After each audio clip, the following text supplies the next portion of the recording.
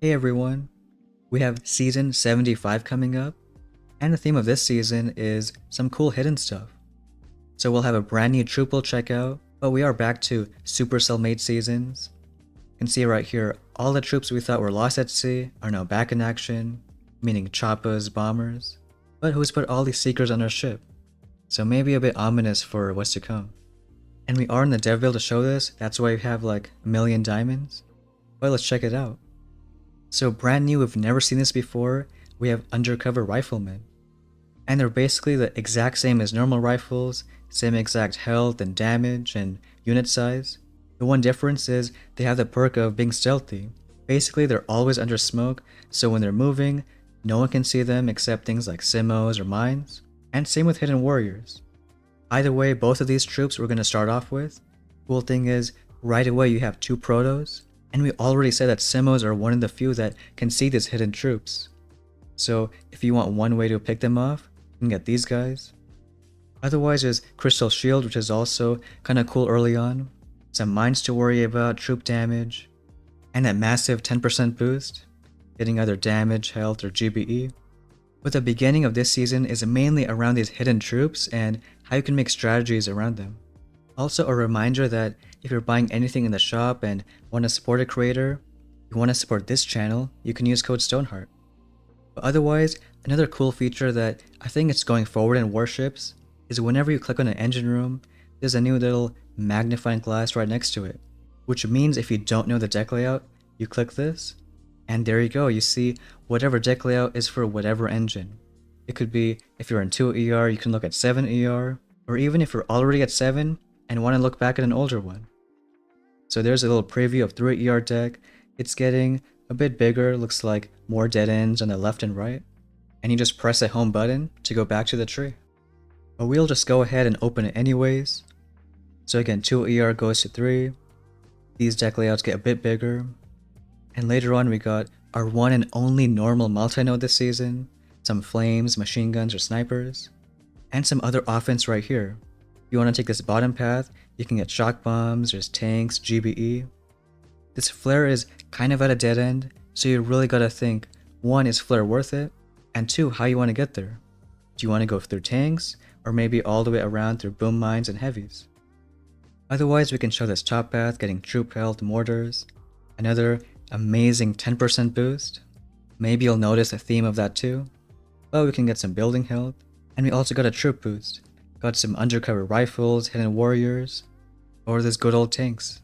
So right now it's still looking like your main troops are those hidden guys, either rifles or warriors. And we have no normal rifles or warriors this season, so that's kind of our alternative. And if you want to look at 4 ER, again either we unlock it or click that little magnifying glass, and it just shows you a preview. But you can kind of tell it's a lot weaker than 3, goes from 1 ramp to 2. So maybe it's not worth it opening it right away, but we'll kind of see as the season goes. And once you do get to 4, got some other cool stuff. There is quite a few troop boosts, so this one like here with heavy, Zooks, and medics, if you haven't unlocked any one of them, you can't really make progress. At least if you want to go down for Sparky and building health. Otherwise keep on going this way. And now that we see an option for a micro, we can see a bit more on how these hidden troops work. So you can see this little obstacle course of sorts on what these undercover rifles and hidden warriors can and can't do. So when you drop them, they're already going to be invisible. It's like a magical smoke that's already there. And they're only going to start being seen once you start shooting. So once you start attacking, then you can see them. But if you flow them back, after a few more seconds they're invisible again. And you can even flare like deep in the base and you can see they still hit mines, Simos can still target them, but any other buildings, even microwaves, just act like they're not there. And like I said before, once they start hitting a building, then you can start seeing them, and like the micro, roasting all those guys. So they might come really in handy on just flaring different engines, bypassing buildings, but keeping in mind that Simos and mines might still be pretty annoying. And it's a little fun seeing other strong troops, Scorchers at 4 ER. You could have a Scorcher meta. And this building health is pretty tucked away, so you gotta choose, do you want to go through Sparky or all the way around through medics, artillery? Still a lot of offense at these early engines. And we see kind of a late appearance of cannons, still no boom cannons yet, and everyone's favorite 10% boost node, so maybe troop health this time. But a little sneak peek, we see rocket choppas coming to warships once again. So when you open up 5ER, tech gets a bit better, it's back to only 1 ramp, and the tree is also really cheap. So you can see like Gran's is only 18 keys, rocket choppas 24. In fact, even if you want to rush there, you can probably get to these choppas after just a few days. Otherwise, there you have your boom cannons, your third and final proto of the season. So only 1 multi-node and 3 protos. Not so stacked up on defense.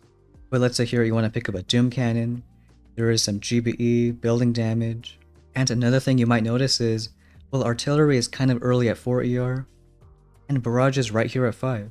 They're both kind of close together, so maybe it can turn into a BART meta, but just know that token-wise, you're getting a few less tokens for every single chest.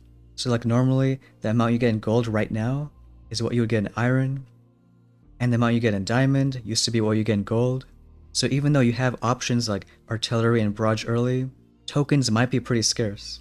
And again, 10% node, picking that up, followed by another troop boost. And we were warned when reading the intro text that we put all these seekers on our ship, so once you go to 6ER, you can see what other troops we got. And there's your seekers, so at least they're right next to shock launchers. But if you do want to get seekers, there is a seeker boost right there. And bullet, and critters, so a bunch of offense all clumped together. And the first time in warships we see the fire bomber. It's kind of weird if you pick up the squad leader first, because if you do get this guy and you don't have normal bombers, then nothing really happens. You still have them not unlocked. But luckily the fire bomber kind of sucks anyway, so I probably wouldn't ever get him. And almost like the bomber has the same damage as a cryo. Which, speaking of, I don't think there are cryos this season. We have no cryoneers and no smoke, so just keeping those two in mind. But at 6 you have the critter launchers, normal bombers, and the last node of that amazing 10%. Maybe 1 more building health. And speaking of bombers, one of their biggest threats is rockets, but rockets are all the way right here at 7. And before we show 7, just take a good look at 6ER. Everyone loves a 7ER that's a little bit stronger, so you guys be the judge if 7's good or not. Let's open it up right here. And there's your 7 deck. So let me know what you think, if it's a good fit. But later at 7 you do get some other good tech. We already talked about rockets, got some more building health, lasers, heavy choppas. And the other cool thing is we're bringing back all the old heavy squad leaders. So if you want, you can pick up these guys. Good old meat shield. I changed the name of the Zuka fan to Fanboy. Don't really know why, maybe some language thing. But you can get that, the Minesweeper again. And keep in mind that if you don't unlock heavies, the heavies from the heavy chopper are only level 1. So you might want to get these up soon after or even before. And even this heavy boost, that was one of the strongest unlocks back in the heavy squad leader season. So it might be a cool end meta where you can use HCs and bombers, maybe take a couple of these guys in, and see how it goes. But we went ahead and maxed out all our boosts, so you can see on the top left what our stats are. Apart from those great 10%, it's basically full 100. But if you do want to get more building health and troop damage, looks like 110 over 130. So still pretty balanced, but maybe a bit more in favor of those high damage troops like bombers. And also because we don't have too many multi-nodes or protos, might have to worry about seekers, especially because of that seeker boost. So maybe trying to get an early push in at 6ER with a better deck, and just trying to escape those seekers later on. Otherwise, I think it might be a meta of undercover rifles, hidden warriors, maybe all the way until rocket choppas. Even though they're at 5ER, it's still a really cheap tree where it only takes a few days to get there. And after that, it could be a wait for either bombers if you want to go that side, or if you are a seeker lover, they're here at 6 too. And the final big meta change with these heavy choppas and squad leaders. So looking like a pretty offensive season, and the main theme again is these hidden troops early on. But let me know your ideas on using undercover rifles, hidden warriors. But that's gonna be it for today's video. Thanks for watching, and we'll see you next time.